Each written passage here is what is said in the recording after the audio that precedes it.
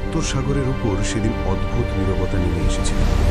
ঢেউগুলো ছিল ভারী, যেন তারা নিজেরাই জানে খুব শীঘ্রই রক্ত মিশবে তাদের জন্য। নর্নহেইমে ৩ বছর ধরে শান্তি ছিল। রাজপ্রাসাদের আঙিনায় শিশুদের হাসি শোনা যেত, বাজারে বণিকদের কণ্ঠস্বর ভেসে আসত, আর পাহাড়ের চূড়ায় নতুন পতাকা উঠত, ঐক্যের প্রতীক। এরিক কখনো নিজেকে রাজা বলে ডাকতে দেননি। তিনি বলতেন, আমি তোমাদের একজন। তবুও সবাই জানত তার সিদ্ধান্তেই ভবিষ্যৎ গড়ে উঠছে। তার পাশে ছিল ফ্রেয়া, যার চোখে যুদ্ধের অভিজ্ঞতা আর হৃদয় প্রজ্ঞা। তারা বিশ্বাস করত অতীতের রক্তপাত শেষ হয়েছে, কিন্তু সমুদ্র কখনো চিরদিন শান্ত থাকে না। প্রথম আঘাতটি আসে উপকূলের একটি ছোট্ট গ্রামে। ভোরের আলো ফোটার আগেই অজানা জাহাজ থেকে নেমে আসে কালো পোশাকের যোদ্ধারা। তারা বজ্রের মতো আঘাত করে, ঘরবাড়ি জ্বালিয়ে দেয় এবং বন্দী করে নিয়ে যায় যুবকদের। তারপর ঢেউয়ের মুখে যায়। যারা বেঁচেছিল তারা বলেছিল তাদের পতাকায় কালো সাপের চিহ্ন। ফ্রেয়ার মুখ ফ্যাকাশে হয়ে গিয়েছিল। সে নাম উচ্চারণ করেছিল ধীরে, ভ্যালক্রিম। ভ্যালক্রিম সাম্রাজ্যের শাসক কায়রান দ্য ড্র্যাড সমুদ্রের সম্রাট নামে পরিচিত। তার জাহাজগুলো ছিল বিশাল, তার সৈন্যরা ছিল নিষ্ঠুর, আর তার বিশ্বাস ছিল সরল। যে সমুদ্র নিয়ন্ত্রণ করে সে বাণিজ্য নিয়ন্ত্রণ করে, আর যে বাণিজ্য নিয়ন্ত্রণ করে সে ভবিষ্যৎ নিয়ন্ত্রণ করে। এরিক যুদ্ধ চায়নি। সে দূত পাঠিয়েছিল শান্তির বার্তা নিয়ে, কিন্তু দূত আর ফেরেনি। কয়েক সপ্তাহের মধ্যে আরও 3টি গ্রাম পুড়ে ছাই হয়ে যায়। উপকূলের মানুষ রাজধানীর দিকে পালাতে শুরু করে। তাদের চোখে ভয়, সেই পুরনো ভয় যেটা এরিক একসময় মুছে ফেলেছিল। রাতে প্রাসাদের বারান্দায় দাঁড়িয়ে এরিক সমুদ্রের দিকে তাকিয়েছিল। ঢেউয়ের শব্দে যেন চ্যালেঞ্জ লুকিয়েছিল। ফ্রেয়া এসে পাশে দাঁড়ায়।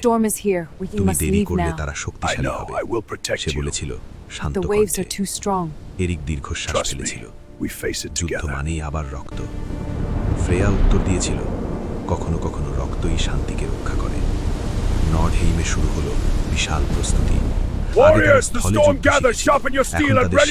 সমুদ্রের ভাষা, লোহার কারিগররা নতুন নোঙর বানালো। তরুণরা প্রথমবারের মতো জাহাজ চালানো শিখল। এরিক নিজে নৌকার কাঠ বয়ে আনলো, হাতুড়ি চালালো। মানুষ দেখল সে শুধু আদেশ দেয় না, সে পাশে দাঁড়ায়। কয়েক মাসের মধ্যে নর্নহেইমের নিজস্ব নৌবহর তৈরি হল। সংখ্যা কম, কিন্তু সাহস বিশাল। প্রথম মুখোমুখি সংঘর্ষ ঘটে এক ঝড়ের রাতে। আকাশ কালো, বজ্রপাত সমুদ্র চিরে ফেলছে। দূরে ভ্যালক্রিমের জাহাজগুলো অন্ধকারে ছায়ার মতো এগিয়ে আসছে। তাদের সামনে দাঁড়িয়ে এরিকের ছোট বহর। ছুতে চায়। ঝড়ের মাঝে স্থলের রাজা তীর উঠতে লাগলো, কাঠে আগুন লাগলো। ঢেউয়ের আঘাতে কয়েকটি জাহাজ ভেঙে গেল। কিন্তু ঠিক সেই মুহূর্তে এরিক ঝড়ের গতিপথ বুঝে জাহাজগুলোকে অর্ধচন্দ্রাকারে সাজালো। বাতাস তাদের পাল ঘুরিয়ে দিল। ভ্যালক্রিমের বড় জাহাজগুলো দিক হারিয়ে ফেলল। একটি বিশাল জাহাজ ঢেউয়ের নিচে ডুবে গেল। যুদ্ধ থামে।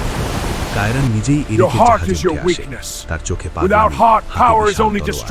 চারদিকে আগুন, সৈন্যরা লড়ছে।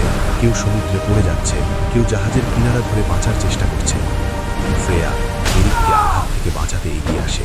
কায়রনের তলোয়ার তার কাঁধে গভীর ক্ষত করে। সে পড়ে যায়। সেই দৃশ্য দেখে এরিকের ভেতরের আগুন জ্বলে ওঠে। কিন্তু তার চোখে কেবল ক্রোধ নয়, ছিল ভয়, ছিল ভালোবাসা। কায়রন হেসে বলেছিল, তোমার হৃদয়ই তোমার দুর্বলতা। এরিক ধীরে উত্তর দিয়েছিল, হৃদয় ছাড়া শক্তি শুধু ধ্বংস। দুজনের তলোয়ার বজ্রের আলোয় ঝলসে উঠছিল। ঢেউ জাহাজের দিকে আছড়ে পড়ছিল। অবশেষে এক সঠিক মুহূর্তে এরিক কায়রনের অস্ত্র ফেলে দেয়। তাকে মাটিতে ফেলে তলোয়ার গলায় ধরে। সমুদ্র যেন অপেক্ষা করছিল, হত্যা হবে কি। কিন্তু এরিক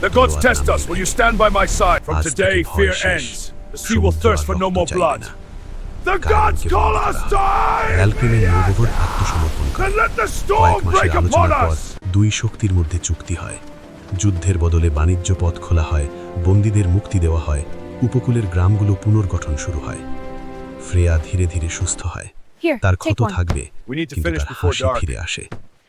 একদিন সূর্যোদয়ের সময় এরিক সমুদ্রের ধারে দাঁড়িয়েছিল। ঢেউ শান্ত, বাতাস কোমল। সে জানত শান্তি স্থায়ী নয়, কিন্তু সে এটাও জানত ভয়কে হারানো যায়। সমুদ্র তার সামনে বিস্তৃত, সীমাহীন, আর তার পিছনে দাঁড়িয়েছিল একটি জাতি যারা রক্তের উত্তরাধিকারকে রূপান্তরিত করেছে ঐক্যের শক্তিতে। ক্যামেরা ধীরে ধীরে ওপরে ওঠে। নর্ডহেইমের জাহাজগুলো সমুদ্রের বুকে ভেসে চলেছে, যুদ্ধের জন্য নয়, ভবিষ্যতের জন্য। গল্প শেষ নয়, কারণ যতদিন সমুদ্র আছে ততদিন পরীক্ষা চলবে। কিন্তু এবার তারা প্রস্তুত।